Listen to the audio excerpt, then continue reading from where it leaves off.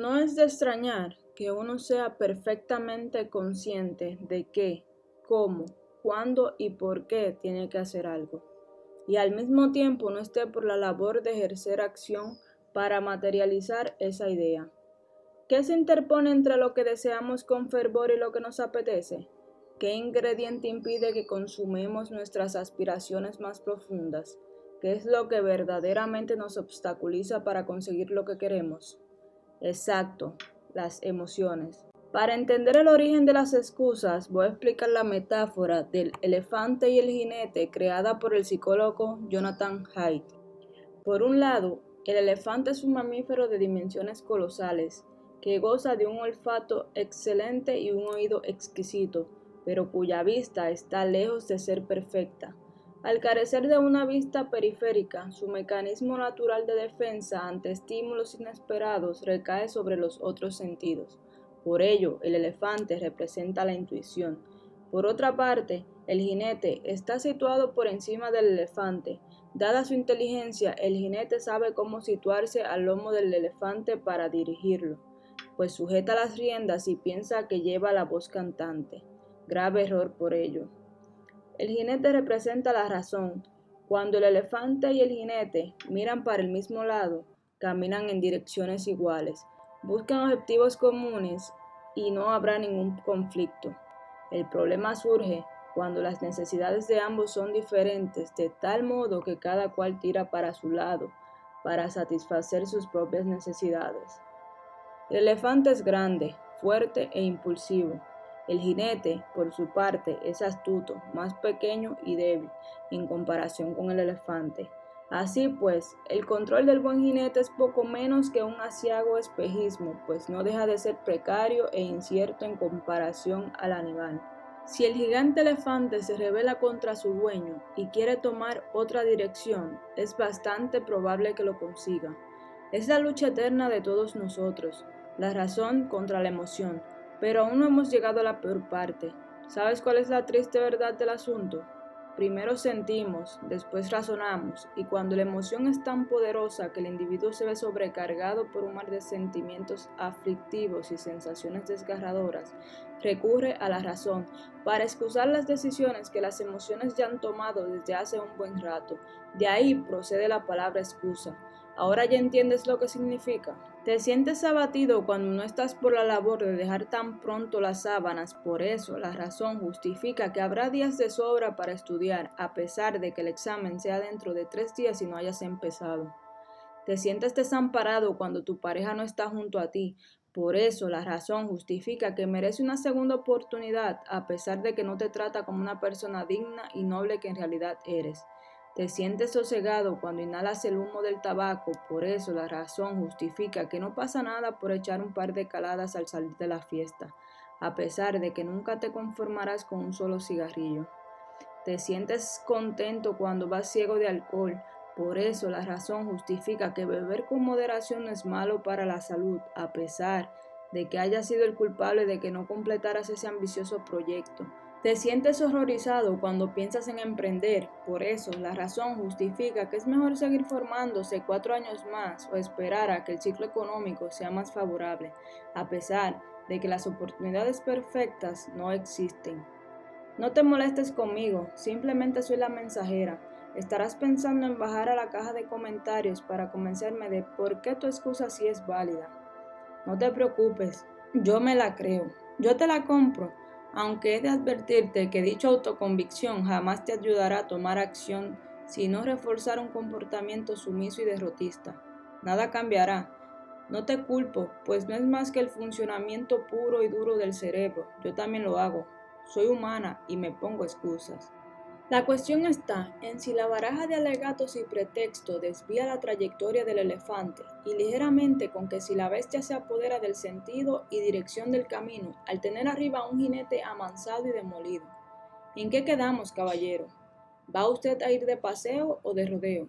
Saber qué tienes que hacer no importa tanto como pensaste en un principio. Más bien, el juego va a tener las agallas de hacerlo. Lo último abre las compuertas del cambio, la mejora y el aprendizaje mediante un autochantaje que emana del propio sentido de urgencia del Homo sapiens, y al revés, aunque saber lo que uno tiene que hacer podría ser de gran ayuda en una mente ya de por sí resiliente y decidida, la ciencia y la probabilidad demuestran que las garantías de que el plan cobre vida de forma sostenida brillan por ser escasas. Todos sabemos que el alcohol mata, pero a la mayoría nunca le falta su cervecita diaria.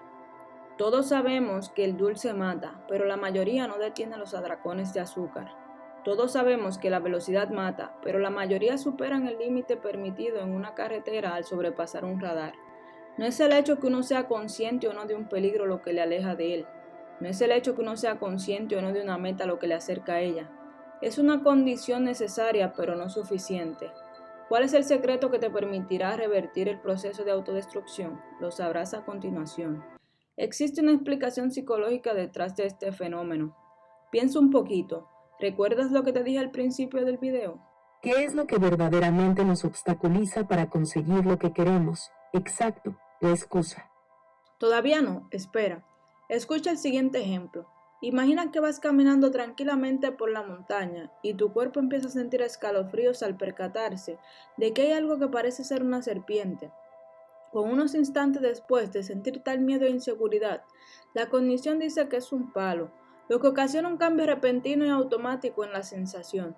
El jinete ha corregido el movimiento visceral y preconsciente del elefante, pues ha recurrido al pensamiento para alterar la sensación primigenia de sobresalto y dar una respuesta distinta de iniciar el gesto al pensar que es un palo. El razonamiento crea curiosidad y tranquilidad, dando lugar a que el miedo desaparezca por completo. ¿Cómo reacciona el ser humano ante un estímulo externo? El cerebro activa en los 200 primeros milisegundos, tanto el cerebro reptiliano como el sistema límbico, mediante una serie de neurotransmisores que dan lugar a la composición global de nuestra forma de procesar. El cerebro de reptil sabe muy bien cómo activar el instinto de supervivencia, pero todavía no se ha enterado de que ya no vivimos rodeados de tiburones monstruos, leones cavernarios y tigres dientes de sable. El sistema límbico provoca la emoción que sentimos, pero está muy lejos de tomar las mejores decisiones en lo que a relaciones humanas contemporáneas respecta. ¿Y qué sucede entonces? Se han examinado dos tipos de cerebro cuya reacción es totalmente diferente. Sin embargo, ambas reacciones pueden tomar partida en una misma persona.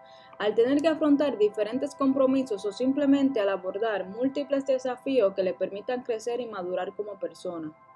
Por un lado, el cerebro tipo 1 consigue activar a los 800 milisegundos una tercera área denominada neocórtex, responsable del pensamiento avanzado, la razón, el habla, la planificación, etc.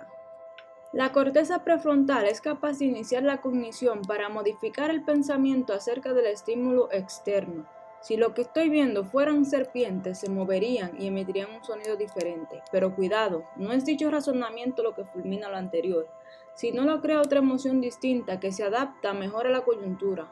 Antes estaba asustado y ahora estoy relajado o furioso. Por otro lado, el cerebro tipo 2 ha de aguantar un auténtico tsunami emocional, de tal manera que el sujeto es completamente incapaz de activar la cognición y resolver el problema tal y como hizo el cerebro tipo 1. Este fenómeno es básicamente lo que explica el fracaso escolar, el exceso de velocidad o la obesidad mórbida. Por último, cuando los impulsos intuitivos deciden cómo actuar, el neocórtex interviene posteriormente para justificar por qué dicha decisión es la correcta. El sistema límbico ha ganado la partida. ¿Significa esto que dichas personas no tienen ninguna posibilidad para gestionar las emociones conflictivas en absoluto? Pero encender un sistema cortical inactivo y sedentario requiere una buena estrategia. Deberán reunir un esfuerzo sublime para actuar y romper el patrón preestablecido a pesar de que la intensidad emocional se incremente cada vez más. ¿Tienes miedo de saltar de un trampolín a 10 metros de altura? No pienses, salta. ¿Tienes estrés porque el temario del examen es demasiado largo? No pienses, estudia. ¿Tienes tristeza cuando tu quinto proyecto ha fracasado? No pienses, continúa. Poco a poco el jinete tomará el mando y aceptará más poder. Por el contrario, si no se controla adecuadamente a un cerebro tipo 2, las consecuencias pueden ser fatales. Guiarse por las emociones es un paseo aleatorio. Tan pronto como se acierte una decisión, se tomará otra cuya implicación es de proporciones católicas. Sigue tu corazón.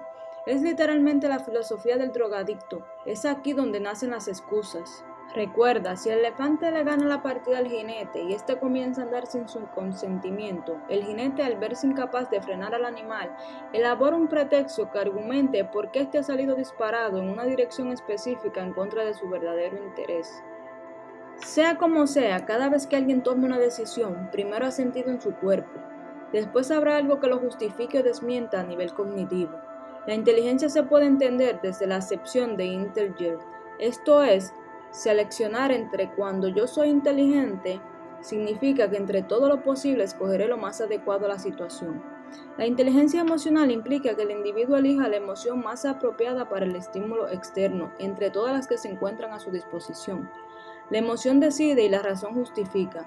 Dicho de otro modo, todas las decisiones son emotivas y después la razón explica la emoción que se experimenta en un principio o la transforma en otra que consigue desbancarla, pero es lo que uno siente lo que determinará el rumbo de la trayectoria. Si estás en cólera, el mundo se ve distinto a si estás en templanza. Si estás en miedo, el mundo se ve distinto si estás en seguridad.